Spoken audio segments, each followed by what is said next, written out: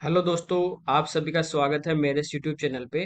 आज लोग हम इस वीडियो में नाव और धारा वाले क्वेश्चन देखने वाले हैं, बोट एंड स्ट्रीम वाले।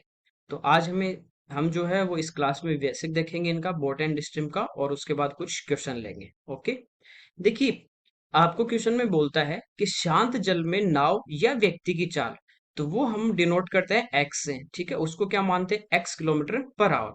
आपको बोलते हैं शांत जल में नाव की चाल बोल दे, या आपको बोल दे कि किसी व्यक्ति की स्पीड, व्यक्ति की चाल बोल दे, पर्सन की, तो भी हम उसको क्या लेते हैं? एक्स लेते हैं। ठीक है, ये जैसे ही क्वेश्चन होगा मैं आपको बोलूंगी एक्स का मान ये है, इसका मतलब क्या है कि वो स्टिल वाटर के अंदर बोट या पर्सन की स्पीड है।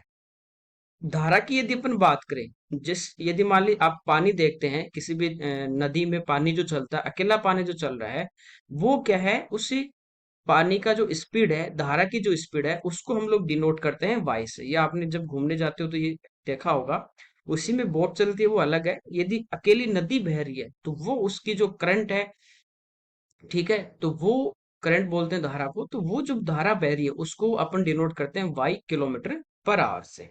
ठीक है, अब देखिए, अब क्या होगा कि आप लोगों ने देखा कि जिस साइड में धारा बह रही थी, जैसे इधर धारा बह रही है, इस साइड में धारा बह रही है, इधर इसका स्लोप है, और इधर ये धारा बह रही है। ठीक है, तो धारा की चाल क्या है? Y kilometre per hour. अब इसी के अंदर मान लीजिए एक बोट है, इसी के अंदर एक बोट है, वो चल रही है, और इस बोट की स्पीड क्या होगी? X kilometre per hour.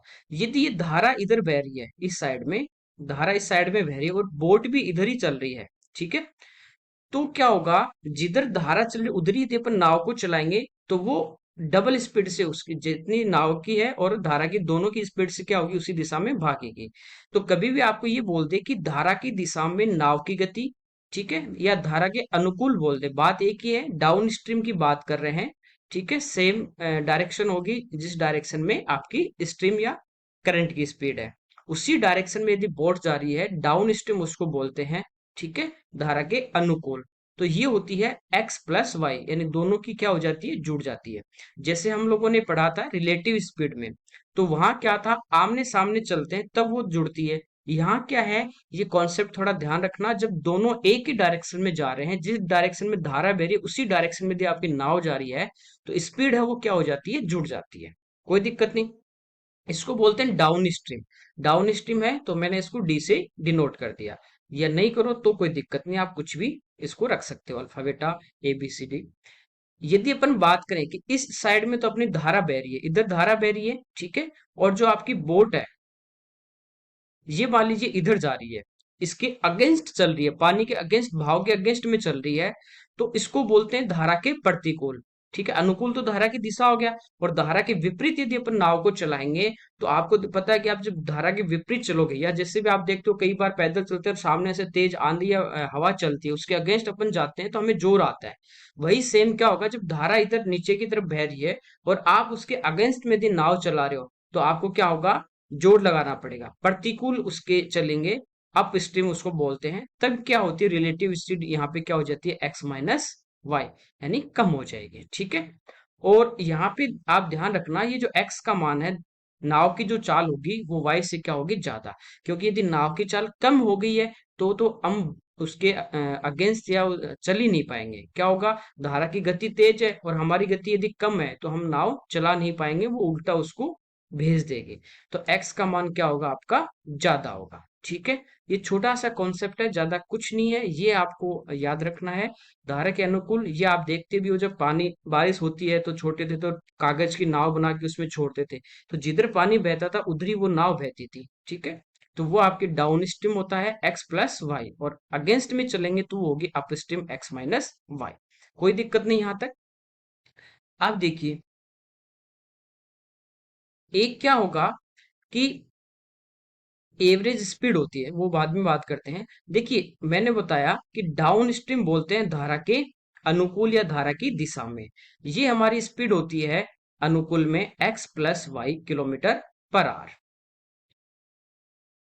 और यदि धारा के विपरीत यदि हम चलेंगे, अप स्ट्रीम में चलेंगे, तो स्पीड आपकी कम हो जाएगी, वो होगी x minus y kilometre per hour. कोई दिक्कत नहीं।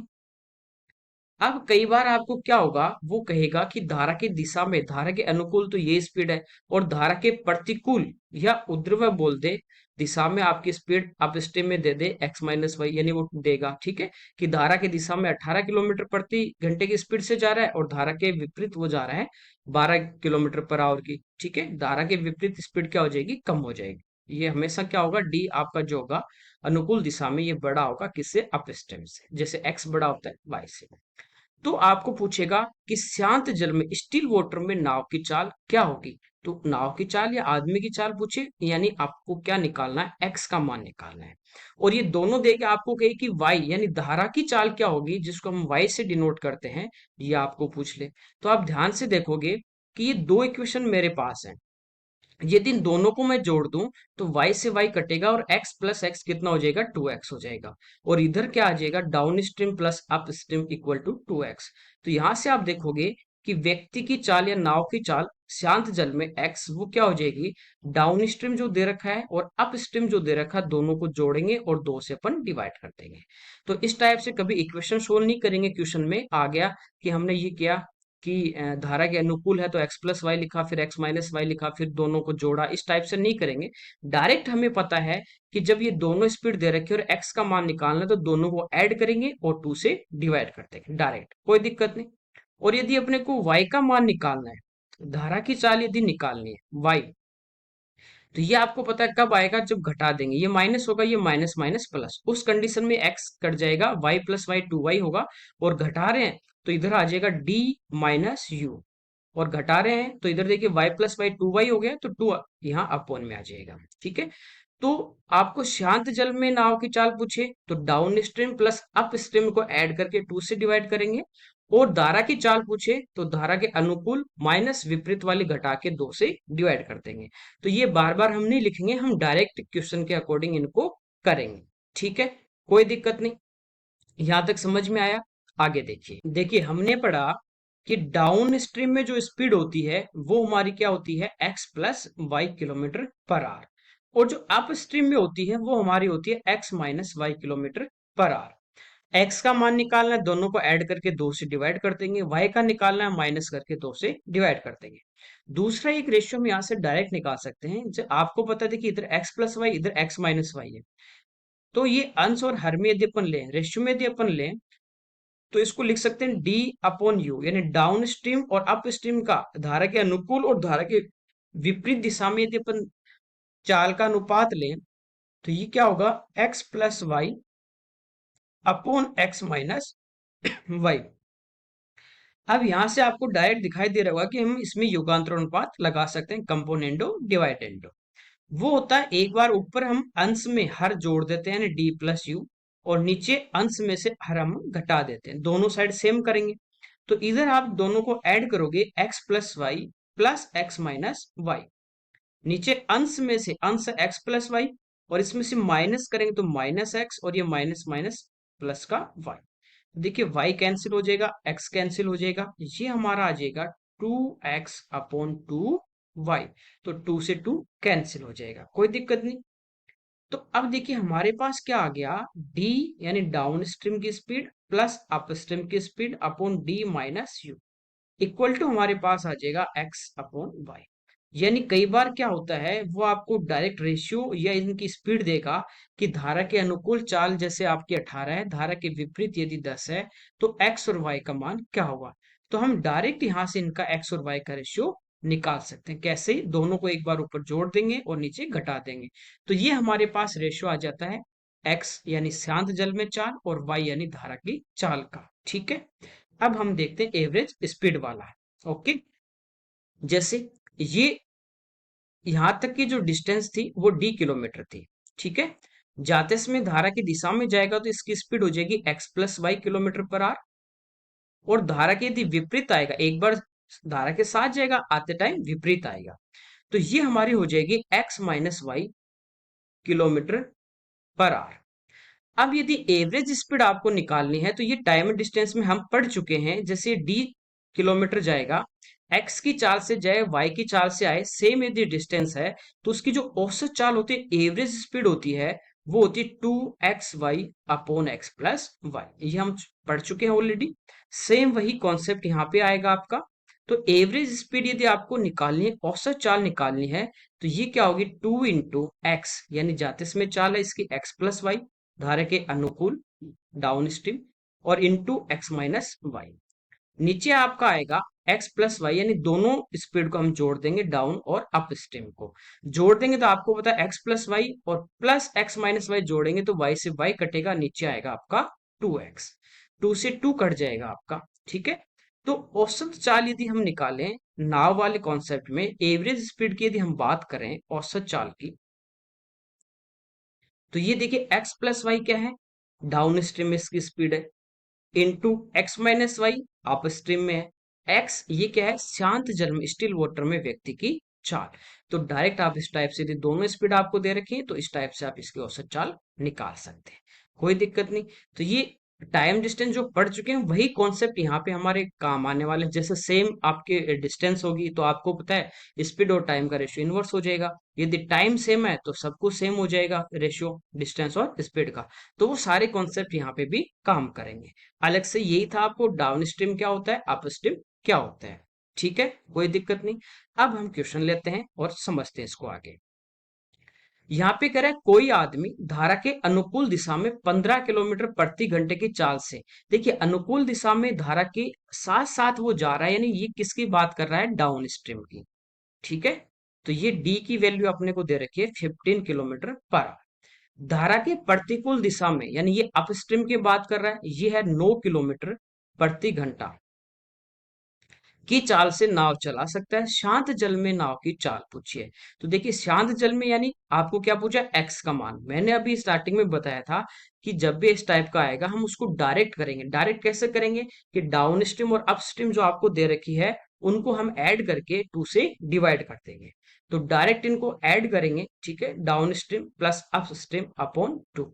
तो यहाँ पे देखिए 15 और इसमें 9 जोड़ देंगे तो ये हो जाएगा 24, और 2 से डिवाइड कर दोगे तो ये हमारे पास आ जाएगा 12 किलोमीटर पर आवर। और यदि धारा की चाल पूछता तो माइनस करते, 15 में से 9 गए 6 और उसको 2 से घटाते तो कितना आ जाता, 3 आ जाता। कोई दिक्कत नहीं, सिंपल है। ठीक है, अगला देखिए। एक नाव 8 घंटे में धारा की विपरीत दिशा में 40 किलोमीटर चल सकती है। यहाँ पे इस बार आपको स्पीड नहीं दी, टाइम और डिस्टेंस देती, तो स्पीड हम निकाल सकते हैं। और धारा के अगेंस्ट जा रहा है, विपरीत दिशा में जा रहा है, यानी धारा के अगेंस्ट जाता है, उसको बोलते हैं अप स्ट्रीम, विपरीत दिशा में। ठीक है, ऊर्ध्व अप स्ट्रीम। तो देखिए 8 घंटे में कितना गया, 40, तो 40/8 ये स्पीड आ जाएगी। ये कितनी आ गई, 5 किलोमीटर पर आवर। फिर वो कह रहा है तथा 6 घंटे में धारा के अनुकूल, धारा के साथ साथ जाएगा तो ये हो जाएगा डाउन स्ट्रीम। समझना, 36 किलोमीटर जा रहा है 6 आवर में, तो ये हो जाएगा अपने पास 6 किलोमीटर पर आवर इसकी स्पीड। आपको पूछा शांत जल में नाव की चाल, तो ये क्या होती है, एक्स। तो इन दोनों को हम ऐड कर देंगे, 6 5 11 और 2 से डिवाइड कर देंगे, यानी इसका जो आंसर आएगा वो आ जाएगा 5.5 किलोमीटर पर आवर। और यदि धारा की चाल पूछता तो हम माइनस करते, 6 में से 5 गया 1 और 2 से डिवाइड करते तो हाफ आ जाता। कोई दिक्कत नहीं यहां तक। अगला देखिए, कह रहा है प्रवाह की दिशा में, यानी जिस दिशा में आपकी धारा चल रही है, किसी नौका की चाल है वो 12 किलोमीटर पर आवर है, तो ये हमें दिया गया डाउन स्ट्रीम डी का मान। प्रवाह के विपरीत यानी ये अप स्ट्रीम 8 किलोमीटर प्रति घंटा, स्थिर पानी में 24 किलोमीटर चलने के लिए नौका द्वारा लिया गया समय। देखिए समय यदि आपको निकालना है तो ये होता है दूरी, डिस्टेंस अपॉन स्पीड। ठीक है, तो पहले हमें स्पीड निकालनी है, कौन सी, शांत स्थिर जल में, वो क्या होती है, एक्स। और वो कैसे निकालते हैं, डी प्लस यू दोनों को जोड़ के 2 से भाग करते हैं। तो 12 और 8 उसमें जोड़ देंगे, 12 और 8 20, और 20 में आप 2 का भाग दे दोगे तो ये हमारी जो स्पीड आएगी 10 किलोमीटर पर आवर, ये आ जाएगा हमारे पास किसका मान, एक्स का। अब आपको कह रहा है, समय पूछा है कि 24 किलोमीटर इसको जाना है, लेकिन स्थिर पानी, रुका हुआ पानी है, पानी चल नहीं रहा है। जैसे एक तालाब में क्या होता है, रुका हुआ पानी होता है, ठीक है, नदी के साथ बहता है वो, है ना, रुका हुआ पानी है।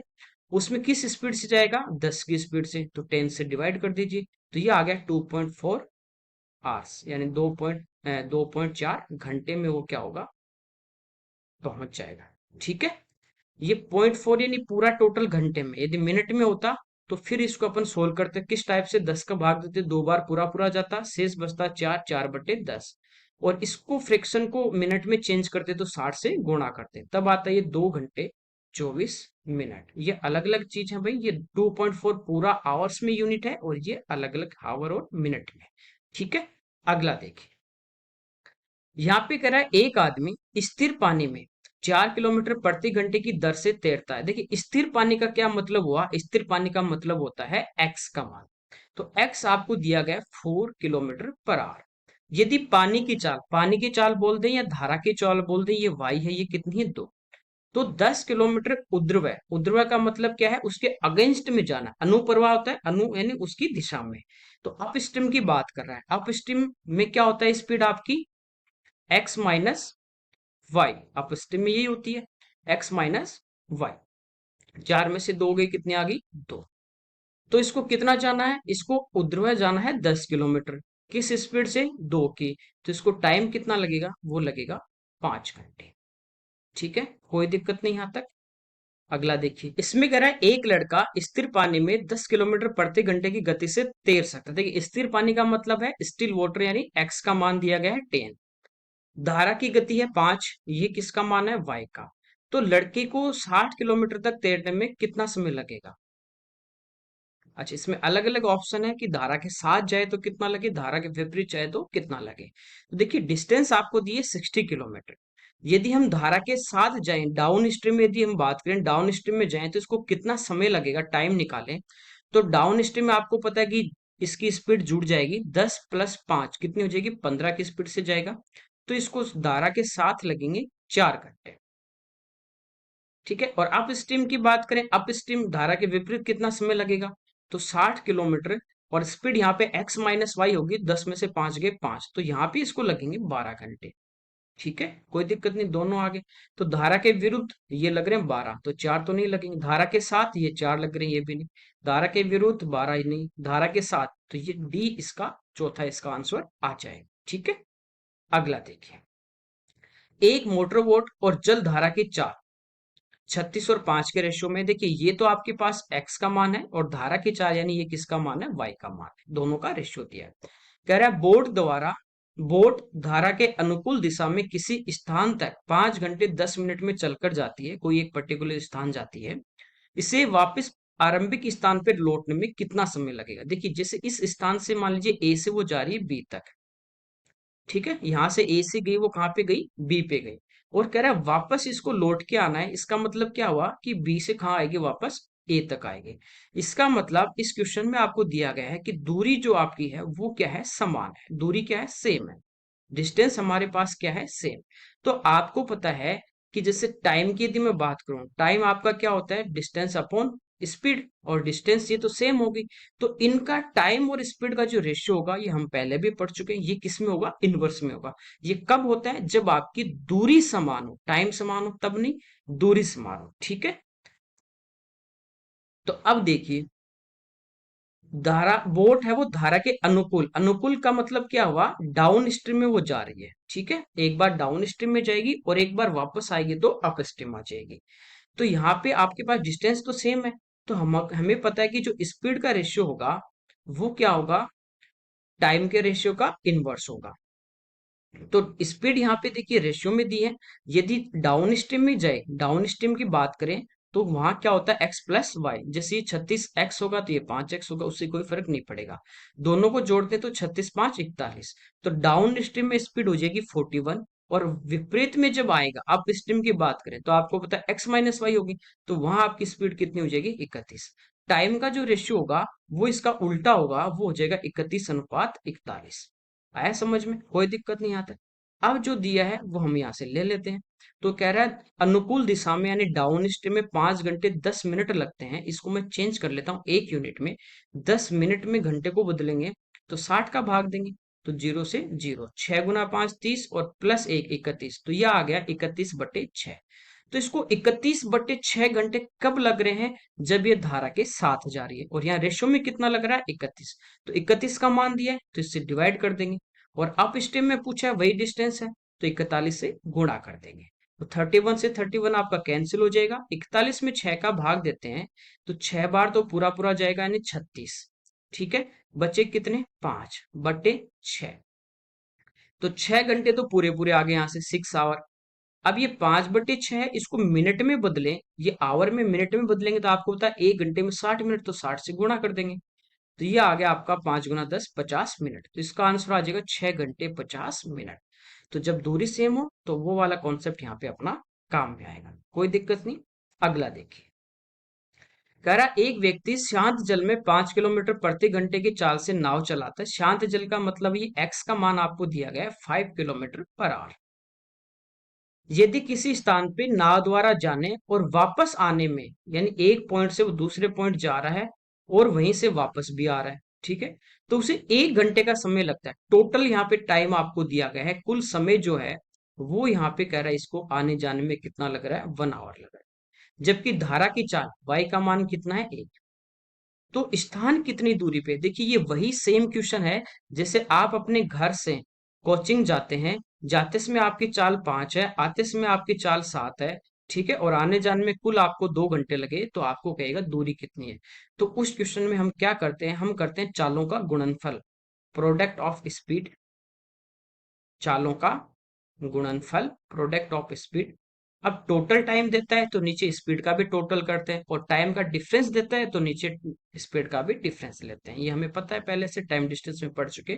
तो टोटल टाइम दिया है तो नीचे आ जाएगा सम ऑफ स्पीड या चालों का योग, और इनटू में यहाँ पे आ जाएगा आपका टोटल टाइम, कुल समय।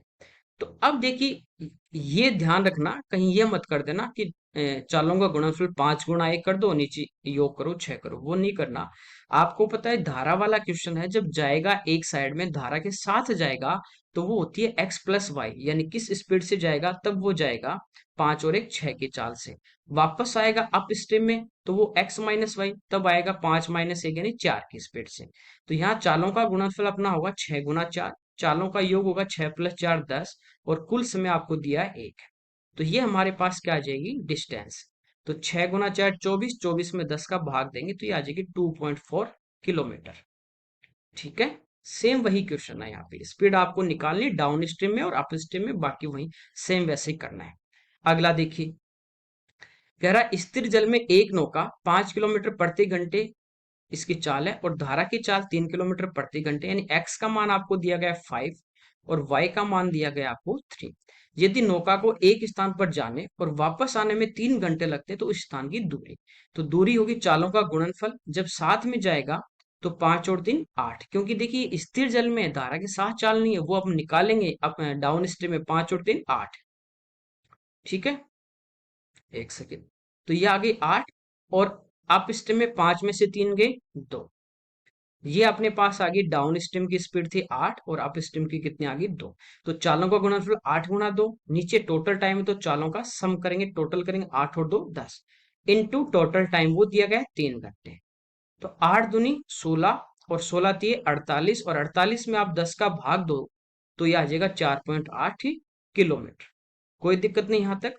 अगला देखिए, इसमें दिए एक निश्चित समयावधि में एक लड़का धारा के अनुकूल यानी डाउन स्ट्रीम दिशा में धारा की विपरीत दिशा की तुलना में दुगनी दूरी तय कर सकता है। ठीक है, यानी डाउन स्ट्रीम में यदि वो 2 किलोमीटर जाएगा तो अप स्ट्रीम में वो कितना जाएगा, 1 किलोमीटर, क्योंकि धारा के अनुकूल दिशा में वो क्या हो रहा है, डबल जा रहा है। ठीक है, ये डिस्टेंस की बात है, यहाँ पे दूरी की बात कर रहे हैं।